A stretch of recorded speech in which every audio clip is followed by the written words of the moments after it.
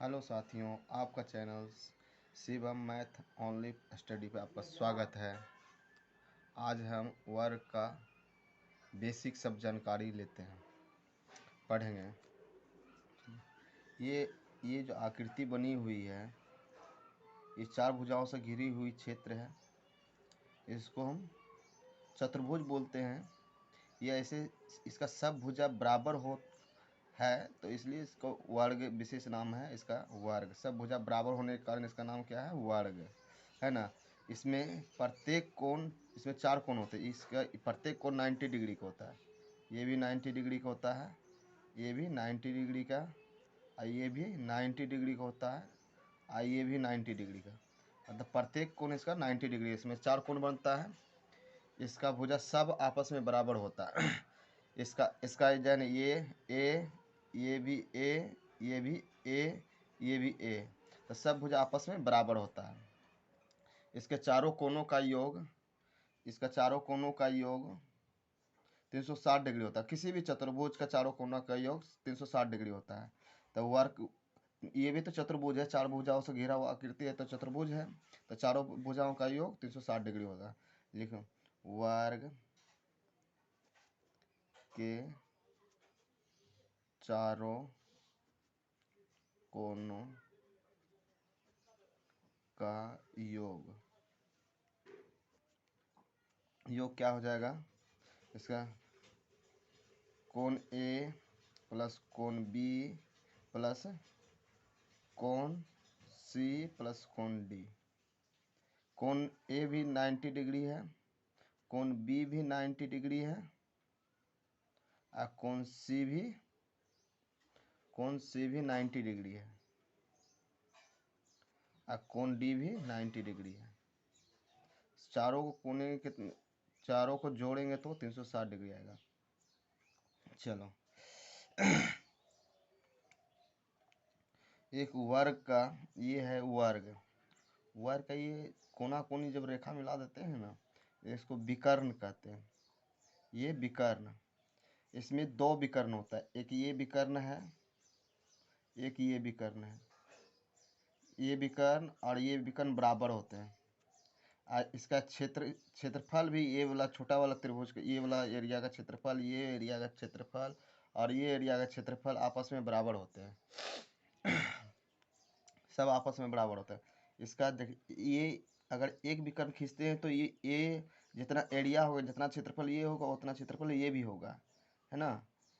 जितना क्षेत्रफल ये होगा उतना क्षेत्रफल ये भी होगा।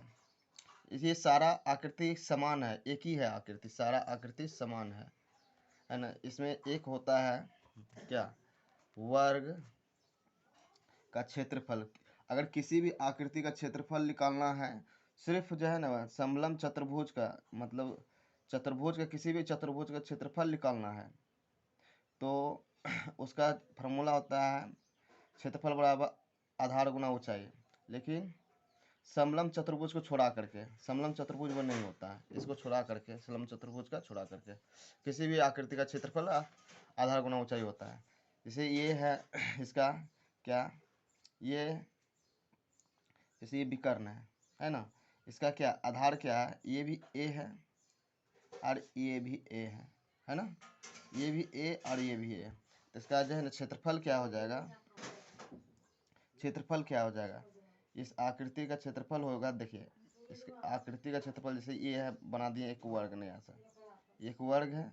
इसका आधार भी ए है, इसका ऊंचाई भी ए है, ये है। तो इसका क्षेत्रफल क्या हो जाएगा? इसका क्षेत्रफल होगा वर्ग का क्षेत्रफल, मतलब आधार गुना ऊंचाई, आधार गुना ऊंचाई, ऊंचाई होता है। वर्ग का क्षेत्रफल आधार गुना ऊंचाई होता है। वर्ग का क्षेत्रफल आधार गुना ऊंचाई।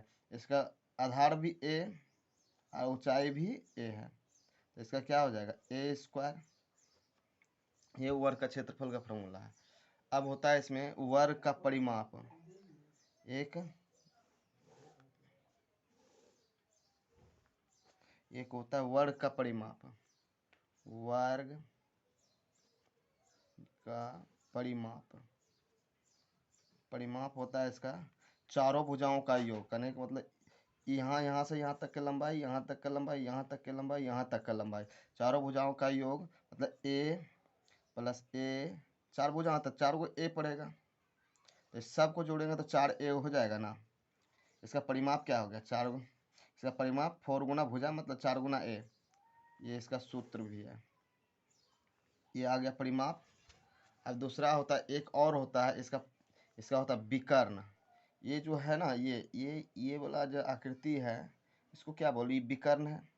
ये विकर्ण का ये 90 डिग्री पर ही अति है, 90 डिग्री, ये 90 डिग्री है तो इसके सामने वाला भुजा क्या कहलाता है, कर्ण। लेकिन चतुर्भुज में हम इसको विकर्ण कहते हैं, लेकिन चतुर्भुज में इसको हम विकर्ण बोलते हैं। विकर्ण मतलब जन कर्ण ही एक प्रकार का विकर्ण है, इसके सामने वाला कौन क्या होता है, कर्ण। मतलब इसको हम चतुर्भुज में विकर्ण इसको सिर्फ बोलते हैं।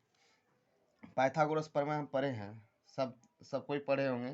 पाइथागोरस प्रमेय क्या होता है, मतलब कर्ण का स्क्वायर बराबर क्या होता है, लंब का स्क्वायर प्लस ऊंचाई का मतलब आधार का स्क्वायर,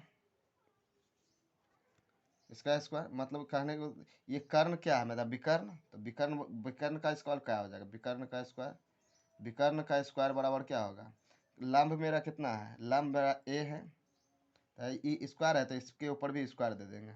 आधार मेरा क्या है ए, इसके ऊपर भी ए है तो ए का स्क्वायर दे देंगे। इसको जुटेगा कितना हो जाएगा, ए स्क्वायर, ये भी ए स्क्वायर, ये दोनों जुटेगा तो क्या आ जाएगा 2a स्क्वायर। तो इसका विकर्ण बराबर क्या होगा, विकर्ण, इसका ये स्क्वायर है उधर जाएगा तो रूट में हो जाएगा, ये रूट में हो जाएगा। तो क्या हो जाएगा, रूट में 2 गुना ए स्क्वायर। तो इसको हम क्या लिख सकते हैं, इसको लिख सकते हैं 2 गुना ए। रूट सब वैल्यू मतलब दो का जोड़ा लगता है ना तो वो ए को बाहर हो जाता है। देखिए ए का जोड़ा लगा, एक ए बाहर हो गया, लेकिन 2 का जोड़ा नहीं लगा तो 2 अंदर में रहेगा।